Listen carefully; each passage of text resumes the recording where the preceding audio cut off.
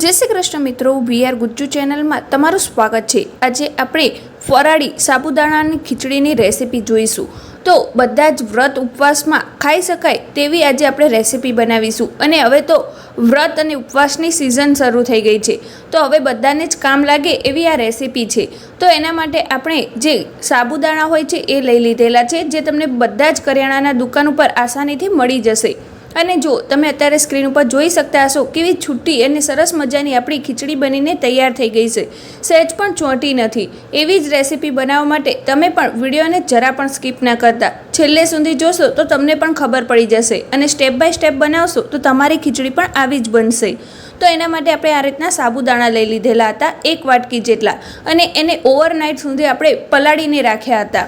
एने तमारी पासे वधारे समय ना होय तो गरम पाणी में 3 થી 4 कलाक पलाळशो तो पण सरस मजाना पलળી जशे। हवे एनो वघार करीशुं। तो एना माटे 3 मोटी चमची जेटલું तेल लई लीधेલું છે। આપણે એક જાડા તાળિયાવાળા વાસણમાં જ લેવાનું છે અને ગેસની ફ્લેમ મીડિયમ રાખવાની છે।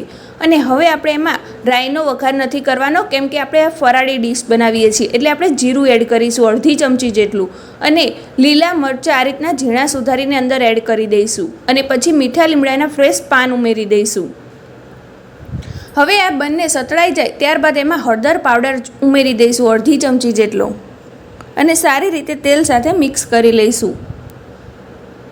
અને હવે જે આપણે સાબુદાણા પલાળીને રાખ્યા હતા તે આમાં ઉમેરી દઈશું।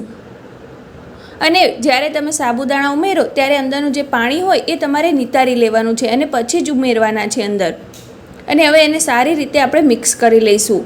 આની અંદર તમારે ભાવતું હોય તો બટેકું બાફીને અંદર તમે ઉમેરી શકો છો તો પણ ટેસ્ટમાં બહુ જ સરસ લાગે છે। સિંગદાણા શેકીને તમે અંદર ઉમેરી શકો છો, સૂકી દ્રાક્ષ પણ ઉમેરી શકો છો। ટેસ્ટ अलग अलग होय छे, बधाना घर प्रमाणे अलग अलग होय छे, एटले तमने जे अनुकूल आवे ते तमे अंदर उमेरी सको छो।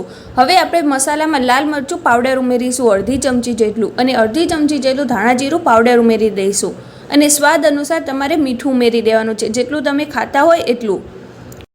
અત્યારે આપણે નોર્મલ જે ઘરમાં રહેલી વસ્તુ છે એ જ મસાલાઓમાંથી બનાવ્યો છે આ ફરાળી ખીચડીને। અને હવે આ બધા જ ટેસ્ટને બેલેન્સ કરવા માટે આપણે અડધી ચમચી જેટલી ખાંડ ઉમેરી દઈશું, જેથી એનો ટેસ્ટ બહુ જ સરસ આવશે। હવે આને બધી વસ્તુને સારી રીતે આપણે ઉપરથી નીચે કરીને હળવા હાથે મિક્સ કરી લઈશું। બહુ એને હલાઈ નહીં કરવાનું, નતર એ ચીકણી થઈ જશે, એટલે આપણે એને હળવા હાથે હલાવીશું।